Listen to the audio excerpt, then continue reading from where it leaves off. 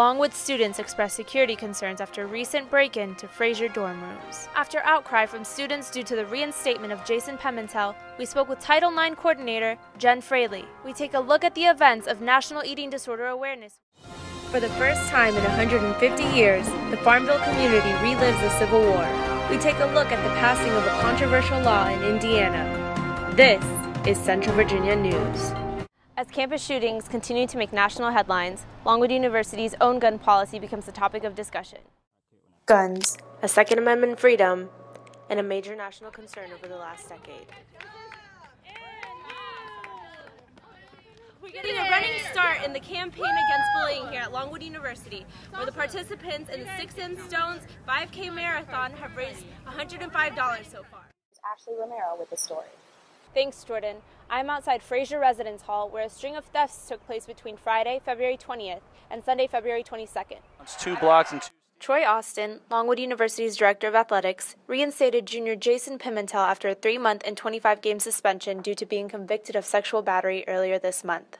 Pimentel's reinstatement occurred with 5 games left in the season, just prior to the Big South Conference tournament in March. In August of 2014, University President W. Taylor Reevely released a message to students regarding Title IX and sexual misconduct. Reevely wrote, "Sexual harassment and sexual assault take place on every college campus, and unfortunately, Longwood is no exception." The president closed this message to the students by asserting that it is our obligation as an institution to be clear such behavior will not be tolerated. This is why Longwood junior Natalie Uzzle claims she was shocked when she realized that while Pimentel was suspended during the time of his trial, he was finally invited back to play with the team after being found guilty. The president sent out the UVA email, saying how we're not okay with, sexual assault and that type of thing at our school. I was so proud of that email. I was like, yes, our school does not stand for that. But then there he is playing. And that doesn't make any sense to me because he was found guilty. So, I think it just shows, okay, well, you can be found guilty, but you're still allowed to carry on as usual. And that's a terrible message to his teammates, to his friends, and to all the guys there who know what he did and heard the story firsthand. I spoke with Jen Fraley, Title IX coordinator, regarding the current campus climate with sexual misconduct. Steps have been taken to make sure that we are in compliance with federal, state laws. There's a continuous, review of our sexual misconduct policy to make sure that we are fulfilling our obligations and doing what's right for students. So those issues are continuing to be looked at. From Central Virginia News, I'm Ashley Romero.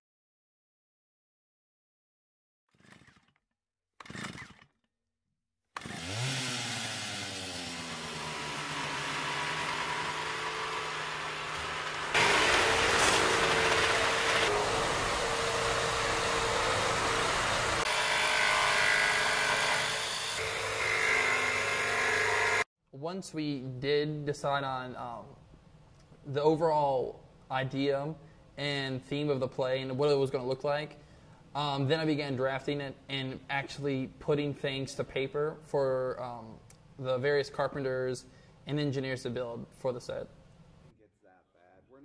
For my design, I started with researching the play, the history of the various productions, looking up the style that we went for, which was steampunk.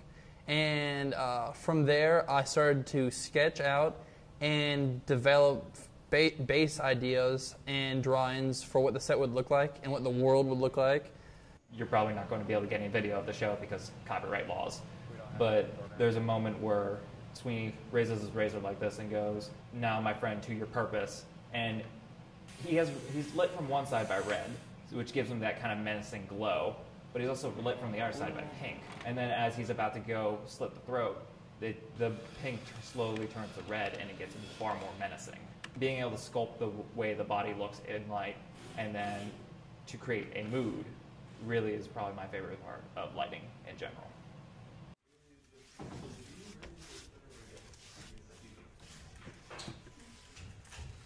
Colors colors may look different than when I'm originally putting them on than when a light hits them. So if there's a red light on yellow paint, it may look a little bit more orange or something. So we have to work hand in hand to figure out, especially with colors, how it's going to look. And then getting it at the right angle to make that texture pop on it really helps.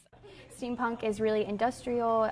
It's very gears and clocks and time, but it's also highlighted with a lot of white and yellow. So basically with this show, the designer already had an idea of the colors that he wanted to go, so he kind of made splotches, and then I matched the colors to that to kind of find what he wanted.